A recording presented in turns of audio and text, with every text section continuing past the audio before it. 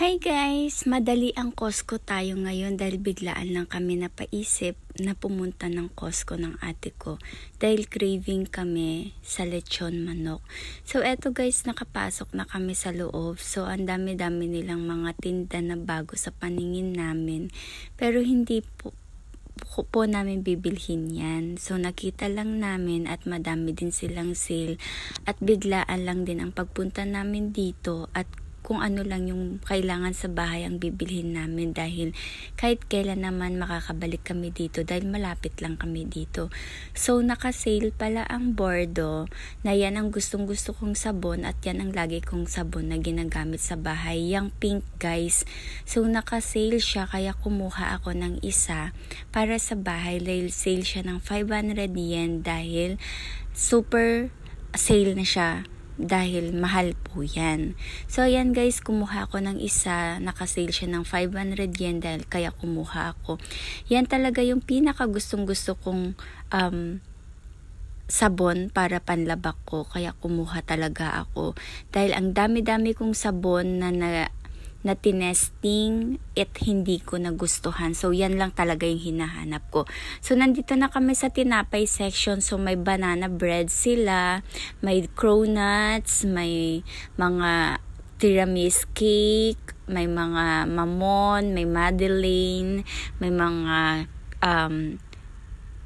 cookies. Ayan, guys, ang dami-dami, may mga tinapay, mga muffins, mga croissants, ayan guys. So, pag nandito ka sa section na to, mapapabili ka talaga or matatakam ka talaga kumuha. Kaso lang iisipin mo, hindi mo yan mauubos dahil ang dami-dami. So, ayan guys, at saka yung mga tinapay ng Costco, pag nandito ka, magugutom ka na halos gusto mo bilhin lahat isa-isa pero hindi mo mabibili dahil ang dami-dami. So ayan guys, nandito na kami sa meat section. Hindi nga po pala kami bumili ng tinapay dahil nabubondat kami pag bumibili kami, char. Kaya ayan guys, nandito na kami sa cheese section, butter, ganyan. So ayan guys, nakita ko yung Greek cream cheese pero medyo meron pa akong cream cheese sa bahay na binili kaya hindi muna ako bumili. So ayan guys, yung mango lassi, parang gusto kong bumili pero on diet ako ngayon. Uso pa ba yun? Oh my god. So ayan guys, nandito kami sa mga ibang frozen section. So ayan guys, dito kami ulit sa mga fruits. So nakakita ako ng rambutan guys. Gustong gusto kong bumili kaso lang mahal siya. Kaya sabi ko wag na lang, next time na lang. Total malapit na lang din naman kaming uuwi ng Pilipinas sa December kasi guys uuwi po kami, kaya sana may rambutan kaming makita pag uwi sa December. Yan guys, so nandito kami sa egg section. So matagal ko nang gustong bumili ng organic egg na yan dahil favorite ko po ang egg. Yan guys, mahal po kasi yung organic egg. Someday mabibili ko po yan dahil medyo mahal. Yan guys.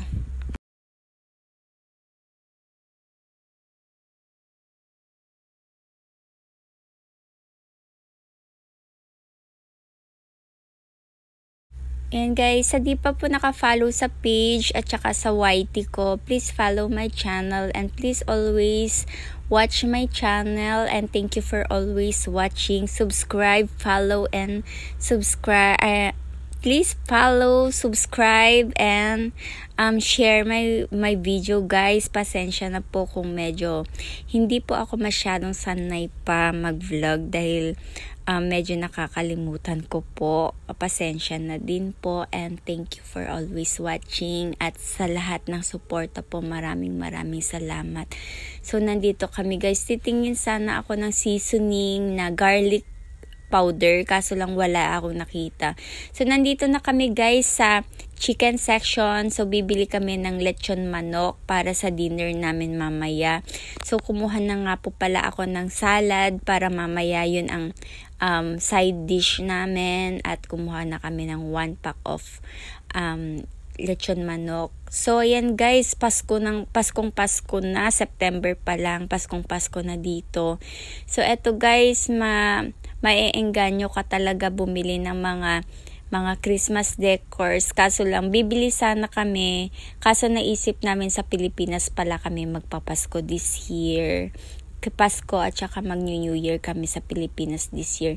So, ayan guys, uuwi na kami dahil maggagabi na, magluluto pa kami at maghahanda pa kami ng dinner mamaya. So, nag-take out kami ng pizza para sa biyanan ng ate ko dahil nagpabili sila ng pizza.